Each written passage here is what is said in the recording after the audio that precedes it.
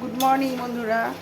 দেখো কেটে গেল পট করে, যার জন্য আমার আবার শুরুর থেকে দেখাতে হচ্ছে। পুরো শুরুটা না, প্রথমে জিরে, তেজপাতা, শুকনো লঙ্কা আর গোটা গরম মশলা ফোড়ন দিয়েছি, তারপরে পেঁয়াজটা দিয়েছি, দিয়ে পেঁয়াজটা লাল লাল হওয়ার পরে তোমার এই টমেটো পেস্টটা দিয়েছি, দিয়ে এতে কষাচ্ছি।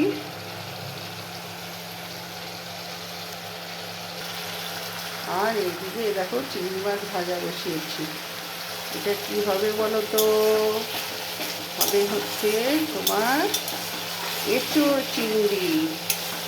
আমি পেঁয়াজ দিয়ে করলাম, সকালে করেছি হচ্ছে তোমার নিরামিষ, জিরে তেজপাতা এইসব ফোড়ন দিয়ে।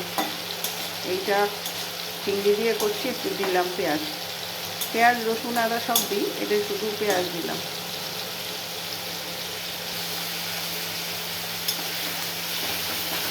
এবারে এর মধ্যে মশলাটা দেবো।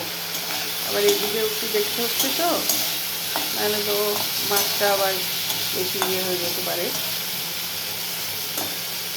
আর এই যে আলু বড় বড় করে কেটে রেখেছি।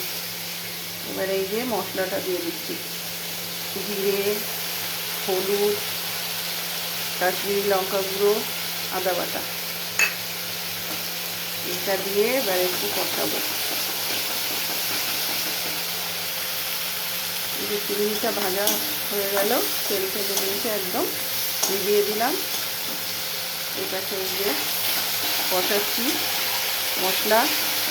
এই মশলা কষাতে কষাতে দেখো আমি দিয়ে দিচ্ছি তোমার এঁচোড়গুলো সেদ্ধ করে রেখেছি, মশলার সাথে বসিয়ে দেবো।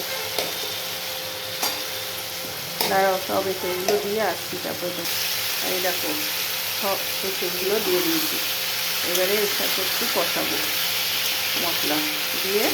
এঁচোড়টা ভাজা করে দিয়ে দিই। আসলে এত গরম বিশেষ করে পারছি না, কারণ দুদিন যেমন আমার রান্না করতে হয়, তারপরে ভাত। তবে যেদিনকে আমি তোমাদের কাছে, তো তোমরা আমার প্রিয় বন্ধু বলো, গার্জিয়ান বলো, তোমরা তো আমার সবাই চাই, আমার তো আর কেউ নেই। সেই জন্যে আমাকে 3-4 রকমের পদ রান্না করতে হয়, জানো তো। সব তো দেখাই না, কারণ আমার একজন ঘরে নিরামিষ আছে, আর আমরা এই 2-3 দিন মাত্র আমিষ খাই, আর ভালোও লাগে না গো। আগে খেতাম খুব নিরামিষ। এবারে কষিয়ে কষিয়ে জল দিয়ে দেবো। তোমরা আবার অনেকেই ভাবতে পারো এত নিরামিষ খাও আর এই দিন খাও কেন? পারি না গো। আগে প্রচুর নিরামিষ করতাম, নিরামিষ খেতাম, এখন পারি না গো, কেন জানি না। এখন একদম নিরামিষ খেতে পারি না, যার জন্য আমাদের ঠাকুরের আর একটা দীক্ষা আছে, আমি সেটা নিতে পারি না। ঠাকুরের কাছে ক্ষমা চেয়ে নিয়েছি যে আমি এইভাবে আগে যা করেছি এখন আমি পারছি না, ঠাকুর আমার ক্ষমা করে দিল। আমি যেভাবে দাঁড়িয়ে আছি আর রান্না করছি ভাবতেও পারবে না, তার মধ্যে আমার পা দুটো অকেজ হয়ে রয়েছে।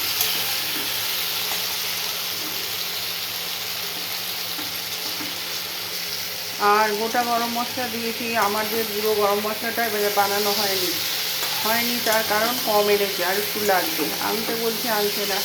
এই হচ্ছে আরও হাতে পড়ে থাকার ফল। নিজে নিজে করলে তো নিজে নিয়ে চলে আসলাম। একজন আছে যেরকম দোকান করে, সে নিজেই সব করে, ওর বেশ ভালো, নিজের দোকানে সব আছে। যদিও আমার মতন এরকম কষ্ট করে কজন করে আমি জানি না। আমি একটু খাবারটা না খুব একটা টেস্টি না হলে আমার একদম খেতে ভালো লাগে না। আমার বোনের আমরা একদম পারি না গো, আমাদের একটু টেস্টি খাবারের দরকার লাগে।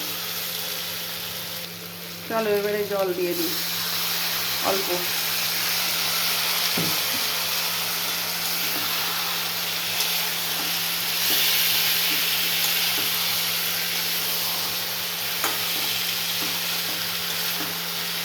এবারে চলো পুরো জলটা দিয়ে দিই, একটু ঝোল রাখবো, একটু চিংড়ি আছে তো।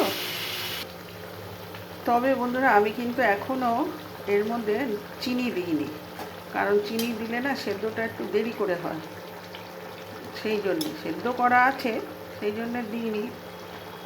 এইবারে দেবো, তবে আমি আবার কিন্তু ট্রান্সফার করবো, এই চিংড়ির ওখানে নিয়ে চলে যাব।